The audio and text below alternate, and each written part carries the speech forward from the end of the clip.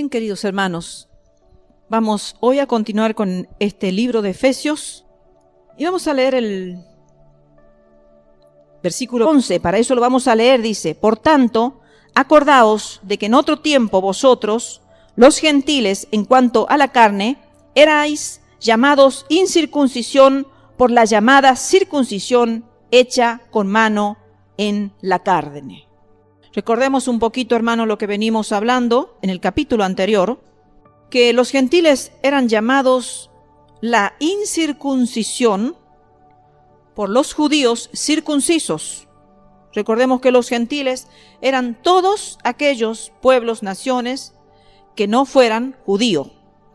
Y aquí vemos cómo está la primera de las grandes divisiones, porque hoy vamos a hablar un poco de las divisiones que habían entre estos dos grupos, podemos decirle, llamarle, entre los judíos y gentiles. Vamos a hablar de varias divisiones, y una de las grandes divisiones es que el judío despreciaba tremendamente a los gentiles. El judío ni siquiera le estaba permitido ayudar a dar a luz a una madre gentil. O sea, vayan observando ustedes hasta el punto que ese odio, ese desprecio llegaba, que no podían ayudar a una madre gentil en el momento del alumbramiento. Antes de la venida de Cristo, los gentiles eran objeto de desprecio por parte de los judíos. Estamos hablando de antes de que Cristo viniera a la tierra. Habían barreras infranqueables que los dividían de los judíos. Y si un judío o una judía se casaba con un gentil, fíjense en ustedes lo siguiente: dice que se preparaba el funeral del joven o de la joven judía. O sea, se hacía un simulacro como representando de que esa persona judía en la familia era persona considerada muerta. Y esa relación con el gentil realmente equivalía a la muerte. Hay un pastor que era judío, que es judío porque no dejó de serlo, solo que se convirtió al cristianismo, y él contó en una de sus experiencias que cuando él conoció el cristianismo y le manifestó a su familia que iba a ser cristiano, lo desheredaron. O sea, le quitaron toda la herencia material. Y es así, esa es la realidad. O sea que hasta en nuestros tiempos eso está ocurriendo. Y fíjense en que también en esos tiempos, hasta el entrar en casa de un gentil lo hacía impuro al judío, razón por la que ellos tenían que luego realizar sus actos de purificación, porque se consideraban ya impuros por haber entrado a una casa, a un lugar donde estaba un gentil viviendo. Pero qué hermoso es la venida de Cristo a la tierra. Él derribó esas barreras infranqueables, queridos hermanos, cuando vino a la tierra. Esas barreras infranqueables que uno dice imposible, ¿verdad? Humanamente, de poder hacer que eso se evitara. Solo Jesucristo podría haberlo hecho. Pero antes de Cristo no había ninguna esperanza de unidad. No había ninguna, es como que el judío estaba por un lado, el gentil por el otro. No había esperanza alguna antes de que Cristo viniera a la tierra. Los gentiles no tenían esperanza de un Mesías tampoco. Estaban sin Cristo. O sea, Cristo significa el ungido de Dios, el esperado, el ansiado, el rey implorado. O sea que los gentiles estaban sin el ungido de Dios, sin el esperado, sin el ansiado, sin el rey implorado. No tenían en su corazón ni albergaban ni siquiera en su pensamiento. Y aún en los días de mayor tribulación y de amargura, los judíos jamás dudaron de la venida del Mesías. Pero los gentiles no poseían esa esperanza. Jamás conocieron ni esperaron un Mesías. Ahora vemos los resultados de esta diferencia. Para el judío, la historia siempre conducía a una meta. Y el futuro se lo pensaba como realmente algo glorioso. O sea, había esperanza en el corazón del judío. Por eso su historia sabía que los iba a llevar a algo. y que el futuro para ellos iba a ser glorioso. Por lo tanto, para el judío la historia era esencial, era importante en su vida. Por eso tenemos como ejemplo, la Pascua. Para ellos es importante celebrar la Pascua porque recuerdan la historia que ellos vivieron cuando estaban cautivos en Egipto bajo el yugo opresor de un faraón que los hostigaba, que no tenían derechos, pero sí obligaciones. Y ellos recuerdan que el Señor mandó un libertador que los pudo sacar de esa esclavitud, que fue Moisés. Entonces, para ellos la historia, en realidad, tiene una meta.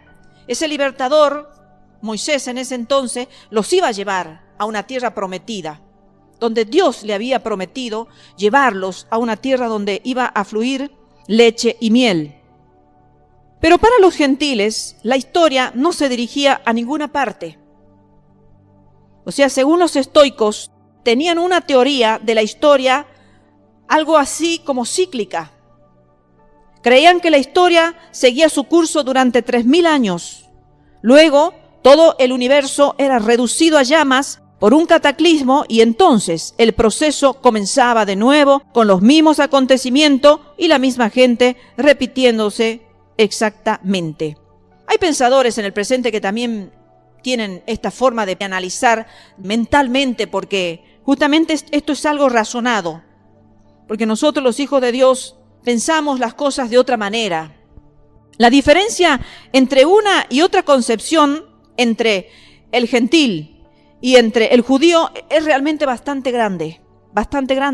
Para el gentil la historia era un progreso en realidad hacia la nada, hacia ninguna parte.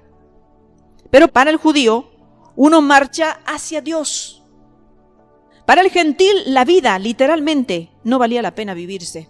Yo aquí me hago una paradita nada más porque en realidad nosotros estamos viendo la diferencia entre gentil y judíos.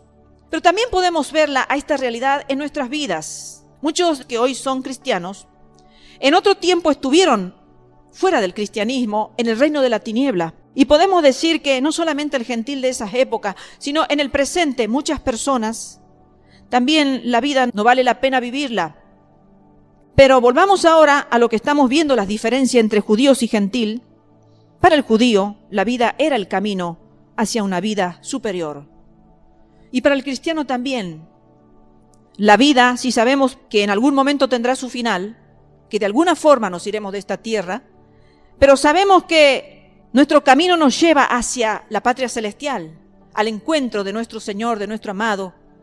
O sea que, así como el judío tenía esa mirada puesta en la vida como un camino hacia algo superior, nosotros también tenemos esa expectativa, los cristianos, de que nuestra vida por aquí va a ser algo pasajero, que está llena de vanidad, pero que vamos a ir a algo superior, algo magnífico, algo sublime, algo que nuestros corazones esperan ese día, estar en la presencia del Señor.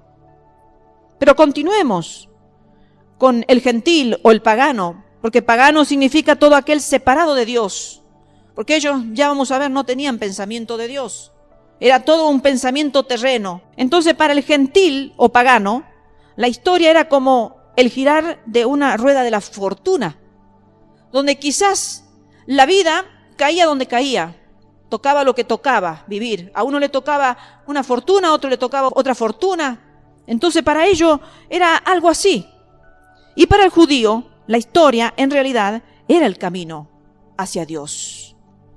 Y con la venida de Cristo, el gentil entró también en el nuevo concepto de la historia en la cual el hombre está siempre en camino hacia Dios. Qué hermoso, hermanos, cómo cambió la humanidad, cómo cambió la forma de pensar Jesucristo cuando vino a la tierra. Su evangelio comenzó a ser predicado. Él era el evangelio viviente en la tierra. Y muchos judíos y muchos gentiles fueron cambiados, transformados. Como en el presente, muchas vidas pueden ser cambiadas y transformadas, porque estoy segura que hay muchos que están lejos de tener esperanza, piensan en esta vida y vivo hoy, lo disfruto al día de hoy porque no sé mañana qué me depara. Y por eso es que vemos mucha gente que no saben cómo evadir los problemas y las dificultades del día a día y dicen, bueno, voy a tomar un camino que no es el correcto, que no es el mejor de todos. Y allí vienen las equivocaciones, allí vienen las tristezas, allí vienen todas las situaciones que hoy un mundo sin Cristo lo está viviendo. Pero observamos que el versículo 12 dice: en aquel tiempo estabais sin Cristo, alejados de la ciudadanía de Israel y ajenos a los pactos de la promesa, sin esperanza y sin Dios en el mundo. ¿Qué significa esto? Que los gentiles estaban alejados de la ciudadanía de Israel. Fijémonos que el nombre del pueblo de Israel era el pueblo santo, el pueblo separado, que significa un pueblo separado, un pueblo diferente, un pueblo apartado. ¿Y en qué sentido el pueblo de Israel era diferente de los demás pueblos? Bueno, dijimos que vamos a ver varias diferencias y una de ellas es que era diferente en que el único rey de Israel era Dios. A pesar de que me gustaría leer Deuteronomio capítulo 17, del versículo 14 al versículo 20, que dice lo siguiente: cuando hayas entrado en la tierra que Jehová tu Dios te da, y tomes posesión de ella y la habites y digas: pondré un rey sobre mí, como todas las naciones que están en mis alrededores, ciertamente pondrás por rey sobre ti al que Jehová tu Dios escogiere. De entre tus hermanos pondrás rey sobre ti, no podrás poner sobre ti a hombre extranjero que no sea tu hermano. Pero él no aumentará para sí caballos, ni hará volver al pueblo a Egipto, con el fin de aumentar caballos. Porque Jehová os ha dicho: no volváis nunca por este camino, ni tomará para sí muchas mujeres para que su corazón no se desvíe, ni plata ni oro amontonará para sí en abundancia. Y cuando se siente sobre el trono de su reino, entonces recibirá para sí en un libro una copia de esta ley, del original que está al cuidado de los sacerdotes levitas, y lo tendrá consigo y leerá en él todos los días de su vida para que aprenda a temer a Jehová su Dios, para guardar todas las palabras de esta ley y estos estatutos para ponerlos por obra, para que no se eleve su corazón sobre sus hermanos, ni se aparte del mandamiento a diestra ni a siniestra, a fin de que prolongue sus días en su reino él y sus hijos en medio de Israel. Entonces, hermanos, como nosotros vemos, aunque era diferente el pueblo de Israel, porque ellos pensaban que su único rey era Dios, a pesar de esto, Dios, que conoce el corazón y los pensamientos de las personas, sabía, por eso dice ahí: cuando hayas entrado en la tierra que Jehová tu Dios te da y tomes posesión de ella y habites y diga: pondré un rey sobre mí. Entonces, aunque ellos seguramente en algún momento eso sucedió, sabemos que la nación de Israel tuvo varios reyes, pero sin embargo ellos sabían que por encima de esos reyes terrenales existía el rey de reyes que era su Dios, y que el rey de la tierra estaba sometido al rey del cielo, que el rey de la tierra estaba sometido a todas las ordenanzas, a todos los mandamientos que tenía que enseñarle al pueblo, como aquí acabamos de leer en Deuteronomio, que tenían que hacer una copia de todos los mandamientos y que tenían que esa ley y esos estatutos ponerlos por obra. O sea que en realidad no estaba gobernando el rey, sino que iba a gobernar el rey a través de la ley divina. Entonces esa era la diferencia. Pero las demás naciones sí podían ser gobernadas por quizás la democracia o por la aristocracia. ¿Qué es la democracia? Recordemos un poco que es un sistema político que defiende la soberanía del pueblo y el derecho del pueblo a elegir y controlar a sus gobernantes. La aristocracia es una clase social formada por las personas que poseen títulos nobles concedidos por el rey o heredados de sus antepasados de la nobleza. O sea que es un sistema político encabezado por gente que sobresale por su sabiduría intelectual, por su elevada virtud y por su experiencia del mundo. Pero, sin embargo, Israel era una teocracia. ¿Qué significa teocracia? Que es un sistema político en el cual los sacerdotes o los príncipes, en su calidad de ministros de Dios, podían ejercer el poder político. O sea que a Israel Dios lo gobernaba en realidad, mediante el sacerdocio o mediante los reyes que estaban, pero en realidad ellos se sometían, eran ministros de Dios. No podían hacer lo que ellos querían, sino que el verdadero rey tenía que estar sometido a la voluntad de Dios, el sacerdote tenía que estar sometido a la voluntad de Dios. O sea que vemos que a Israel Dios lo gobernaba Y después, observemos un poquito de historia. Después de los triunfos de Gedeón, puedes leer la historia allí en Jueces capítulo 8, puedes leer toda la historia de Gedeón. Pero después de haber tenido el triunfo Gedeón, dice que el pueblo le ofreció el trono a Gedeón. Por todo lo que él había hecho, querían hacerlo rey. Pero Gedeón respondió: no seré señor sobre vosotros, ni mi hijo será señor, solo el Señor estará al frente de vosotros. Eso se encuentra en Jueces capítulo 8, versículo 22 y 23. Y también David, el rey David, aunque él era rey, sin embargo, en sus canciones, allí tenemos el Salmo, por ejemplo, 145, el versículo 1, él dice: te exaltaré, mi Dios, mi rey. O sea que él estaba consciente que por encima de él, Dios era su rey. Entonces vemos que, hermanos, los gentiles, los paganos, podían ser gobernados por reyes, por tiranos, por gobernadores, por senados y por concilios. Pero el rey de Israel era Dios. Aunque vemos también en la historia de Israel que hubieron reyes que se apartaron de la ley de Dios y gobernaron mal. También sufrieron las consecuencias de haberse apartado de Dios, de haberse apartado de los mandamientos. Es una historia profunda que analizarla seríamos ya volvernos a Josías, irnos a la historia de Josías cuando él encuentra la ley, cuando se restaura todo eso. Pero en línea general, el rey judío en los tiempos anteriores era un rey que tenía que tener muy en cuenta los mandamientos y las leyes divinas. A diferencia de los paganos que podían ser tiranos, podían gobernar como ellos quisieran, a la manera de ellos, según los pensamientos de ellos, según las costumbres de ellos, como a ellos les placiera. Entonces el rey de Israel era Dios. Ser israelita significaba poseer una ciudadanía divina. Y qué hermoso es pensar, ¿verdad?, que nosotros también, los hijos de Dios, podemos pensar igual que los judíos, que los israelitas, que también nosotros tenemos una ciudadanía divina gracias a que Jesucristo vino a la tierra para derribar esas barreras infranqueables que existían antes. Ahora nosotros podemos también pensar como los judíos, que ellos reconocían que tenían una ciudadanía divina. Ahora no estamos viendo nosotros de nuestra realidad como cristianos, pero estamos viendo las diferencias entre judíos y gentiles. Los gentiles eran ajenos también a los pactos de la promesa. Todas las promesas que Dios le había hecho a Israel, ellos estaban totalmente ajenos. Israel era el pueblo del pacto, como dice Éxodo 6, me gustaría leerlo, versículo 4 al 8. Dice: también establecí mi pacto con ellos, con los israelitas, de darle la tierra de Canaán, la tierra en que fueron forasteros y en la cual habitaron. Asimismo yo he oído el gemido de los hijos de Israel, a quienes hacen servir los egipcios, y me he acordado de mi pacto.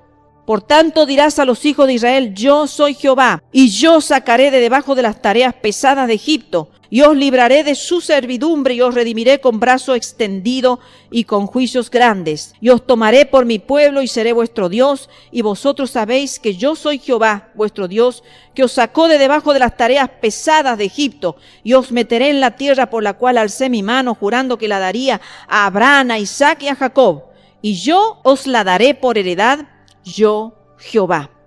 Fíjense, hermanos, cómo aquí dice: también establecí mi pacto con ellos. Qué hermoso es que nuestro Dios nunca se olvida de las promesas y de lo que Él ha hecho con nuestras vidas. Pero sin embargo, podemos observar que el pueblo de Israel realmente era un pueblo de pacto.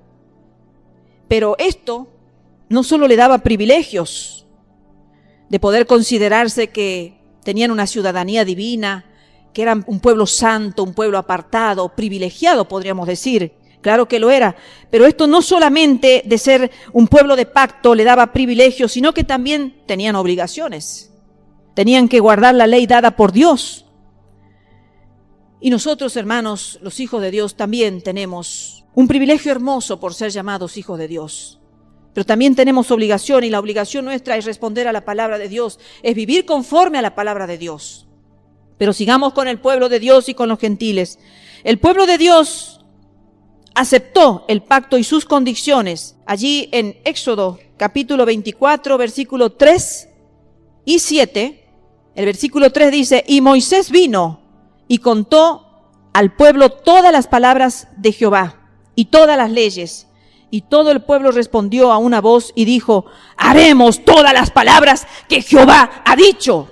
Y tomó el libro del pacto y lo leyó a oídos del pueblo, el cual dijo: haremos todas las cosas que Jehová ha dicho y obedeceremos. Se concientizó el pueblo de Dios en que no solamente tenían que hacer, no solamente tenían que sentirse en su interior privilegiados, disfrutar de ese privilegio, de ser diferente a todas las demás naciones, sino que también tenían que obedecer, tenían que tener una vida de obediencia a las leyes que Dios le había establecido. Pero Dios no eligió, queridos hermanos, a Israel por un cierto favoritismo o por quizás darle un honor particular, sino que lo eligió para una responsabilidad particular. Por eso le dio una conciencia particular y única de ser el pueblo de Dios. Ser judío significaba tener conciencia de dignidad. Y ahora volvemos a Pablo, porque Pablo está escribiendo esta carta y no podía él olvidar, porque era un hecho de la historia, que los judíos constituían el único pueblo de Dios, el instrumento en las manos de Dios. Pablo nunca olvidó esto, por eso le hace referencia en su carta. Y los gentiles, sin embargo, estaban sin esperanza, estaban sin Dios en el mundo. Y qué triste, ¿no? Andar sin esperanza y andar sin Dios en el mundo. Así estaban los gentiles. Y muchos hablan de los griegos, cuando se estudia la historia generalmente, se habla de ellos como de un pueblo esplendoroso de la tierra, o como el pueblo más esplendoroso de la tierra en esas épocas. Pero en el fondo de todo, en este pueblo griego existía lo que le llamaban una cierta melancolía griega, y se vivía como una especie de desesperación. Y esto se puede comprobar desde tiempos lejanos. Recordemos un poquito, ¿quién no ha leído en la secundaria esta obra, esta literatura de la Ilíada, cuyo autor es Homero, ¿no? Un autor de la época de los griegos, de los tiempos en la época de Homero. Y allí en la Ilíada se cuenta que antes de enfrentarse Glauco y Diomedes dice que quiere conocer el linaje de Glauco, quien le responde: ¿por qué me preguntas sobre mi generación? Le dice Glauco: tal como las generaciones de las hojas son las generaciones humanas. Las hojas que fueron arrastradas sobre la tierra por los vientos y los bosques vuelven a brotar en la primavera. Y así son las generaciones humanas. Una nace y otra termina. Eso es lo que le respondió Glauco a Diómedes, quien quería saber un poquito de su generación. O sea, veamos ese pensamiento triste que ellos tenían, como que así es la vida, hoy estamos, mañana no estamos, y que en realidad es así la vida. Pero ellos lo miraban con tristeza porque había desesperanza en su corazón. Y hay muchas frases griegas que expresan lo que había en el corazón de los griegos. Yo he señalado solamente 2 nomás, pero con estas van a ser suficientes para entender lo que ellos podían sentir cada día que vivían. Una de ellas dice: alégrate, alma mía, en tu juventud. Pronto vendrá otro hombre a la vida y yo seré tierra negra en la muerte. Y otra frase dice: ningún mortal de todos los que el sol contempla es feliz del todo. 2 frases que nos pueden hablar de lo que eran los sentimientos de los griegos. Entonces los gentiles vivían sin esperanza porque realmente estaban sin Dios, no conocían nada de Dios. Pero Israel, en cambio, mantuvo siempre esperanza en Dios, hasta en los días más terribles y oscuros. Nosotros podemos contemplar y comprobar eso, realmente, que el pueblo de Israel ha pasado por mucha tribulación. Si nos venimos un poquito más para los tiempos de ahora, podemos ver las épocas de la Inquisición. Y sin embargo fue un pueblo fuerte que soportar lo que ellos soportaron.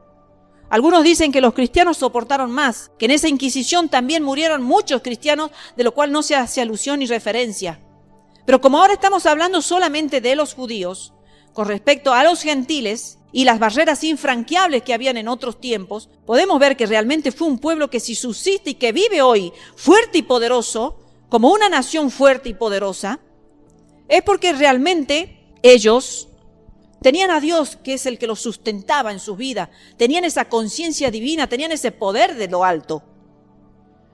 Porque una persona sin Dios es una persona que pierde la fuerza, pierde el vigor, pierde el entusiasmo, pierde la esperanza, como vivían los gentiles realmente. Entonces, mientras los judíos mantuvieron siempre su esperanza en Dios hasta en los días más terribles y oscuros, el gentil en cambio vivía en desesperación antes que viniera Cristo a darle esperanza. Así fue nuestra vida también, antes de que Cristo llegara a nuestra vida a darnos esperanza. Y así es la vida de muchos que no conocen todavía a Cristo, que están sin Cristo, sin Dios y sin esperanza.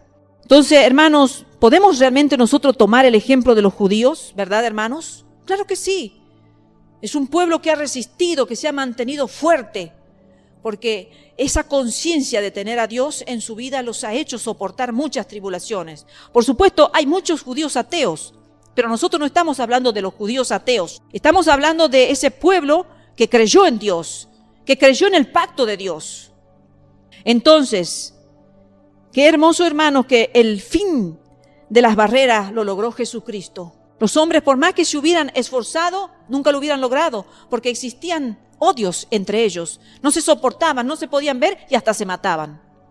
Entonces, me gustaría ahora leer desde el versículo 13 al 18, donde dice, el apóstol Pablo escribe, porque estaba hablando anteriormente de que ustedes acuérdense que antes, cuando estaban alejados de la ciudadanía de Israel, que estaban ajenos a los pactos de la promesa, sin esperanza y sin Dios en el mundo, pero ahora, en Cristo Jesús, vosotros, que en otro tiempo estabais lejos, habéis sido hechos cercanos por la sangre de Cristo.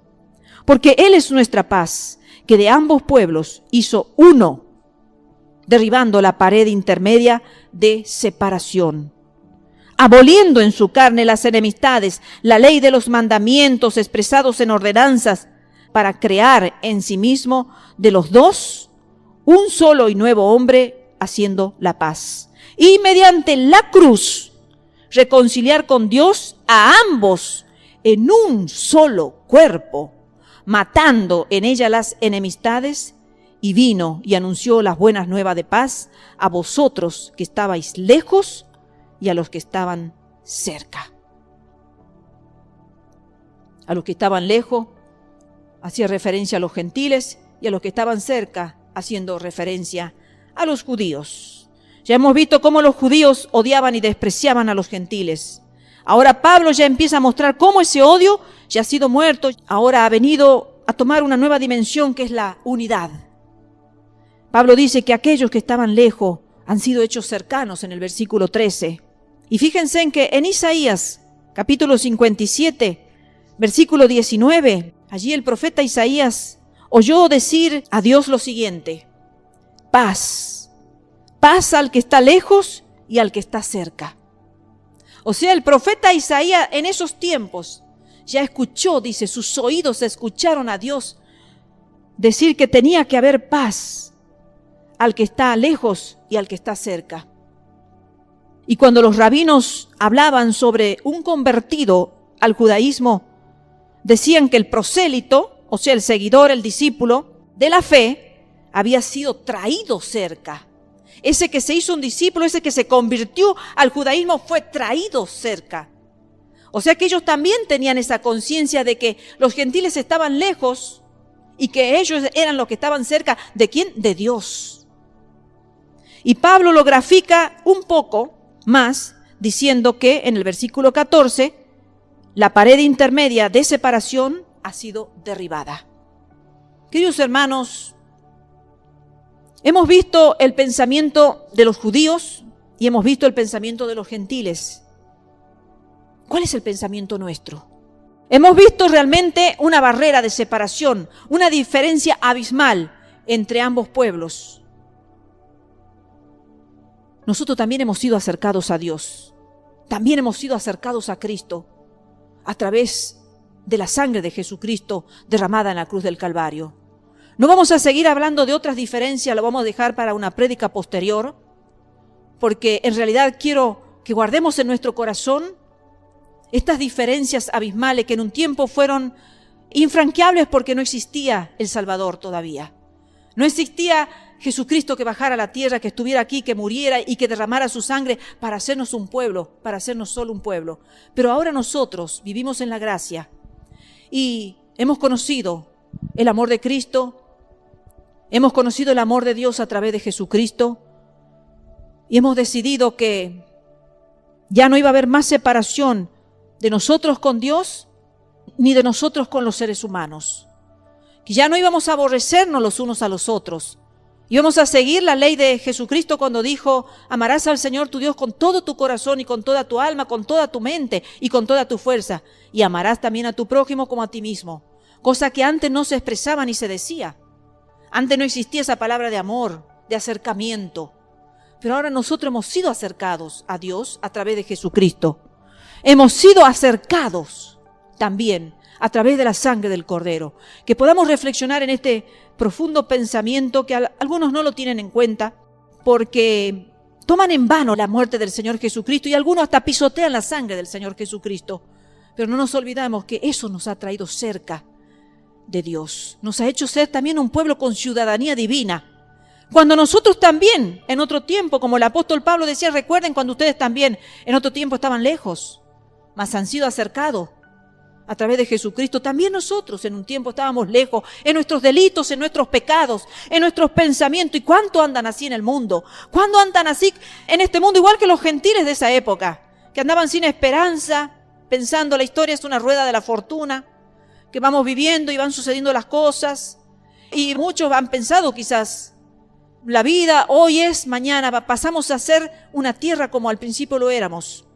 Y pasa otro hombre a ocupar nuestro lugar, es algo cíclico. Pasaremos 3000 años y vendrá un cataclismo y la tierra será quemada, destruida y volverá a resurgir otra tierra y volverá a resurgir otro hombre. Como era el pensamiento de los estoicos, el pensamiento de los griegos, el pensamiento de los gentiles. Desesperanzados, tristes, melancólicos sus pensamientos. Hasta en las obras literarias lo expresaban, esa tristeza, esa frustración de la vida. Entonces nosotros, Cristo ha dado un sentido a nuestra vida cuando nos ofrece una salvación tan grande y una eternidad tan hermosa, hermanos. Que podamos reflexionar en estos pensamientos, un poco cortos pero sencillos, pero que tienen un peso eterno de gloria para lo que hemos creído en Él. Y no nos olvidamos en el pacto que hacemos cuando nos convertimos. Así como el pueblo de Israel no se olvidó del pacto que Dios había hecho con los patriarcas, con Abraham, con Isaac, con Jacob, como Dios nunca se olvidó del pacto que hizo con Israel. Tampoco Dios no se olvida del pacto que hace con nosotros cuando nosotros decidimos ser sus hijos. Que no nos olvidemos nosotros de ese pacto hermoso, eterno, que podemos conservarlo ese pacto si nosotros seguimos a los pies de Cristo, si nosotros seguimos sus enseñanzas en obediencia, así como el pueblo de Israel un día expresó que ellos iban a obedecer. Ellos expresaron que iban a obedecer. Dice, haremos todas las palabras que Jehová ha dicho y obedeceremos. Que nosotros, hermanos, no solamente nos conformemos con ser conciudadanos, ciudadanos de esa herencia bendita, gloriosa, divina, que nos ha dado nuestro Dios por hacernos llamar hijos de Él, sino que también obedezcamos, que pongamos nosotros nuestra voluntad, nuestro esfuerzo, que nosotros nos esforcemos día a día, porque así como el pueblo de Israel era un pueblo que tenía privilegios, también tenía obligaciones que cumplir, que era obedecer una ley estricta, rigurosa, una ley de muerte, de vida, pero también de muerte. Entonces nosotros, hermanos, que también sepamos que tenemos que seguir obedeciendo las enseñanzas de nuestro Dios, de nuestro Señor Jesucristo. Recordarlo día a día cuando nos levantamos, cuando nos acostamos, andar en obediencia. Señor, yo quiero, me propongo, soy débil, flaco, Señor. Soy, Señor, quizás lo más vil de este mundo, pero quiero obedecerte, Señor. Quiero esforzarme, Señor, por obedecer tus mandatos, porque quiero realmente amarte como el pueblo de Israel lo amó a Dios, que lo declaró su rey por encima de todo rey terrenal. ¿Es Jesucristo nuestro rey? ¿Es Jesucristo nuestro único Dios? ¿Podemos seguirlo con todo nuestro corazón? ¿Podemos nosotros dejar las cosas que este mundo nos ofrece? ¿Podemos dejar las tentaciones que este mundo nos ofrece? ¿Crucificar la carne con su deseo, con sus pasiones desordenadas? por amarlo al que es merecedor de toda gloria, de toda honra, a quien dio su vida en la tierra. Que este pensamiento nos quede, queridos hermanos, y lo vamos a continuar porque hubieron más diferencias. Y esas diferencias las vamos a ver en una próxima prédica, pero que retengamos esto en nuestro corazón. Que Dios los bendiga, queridos hermanos.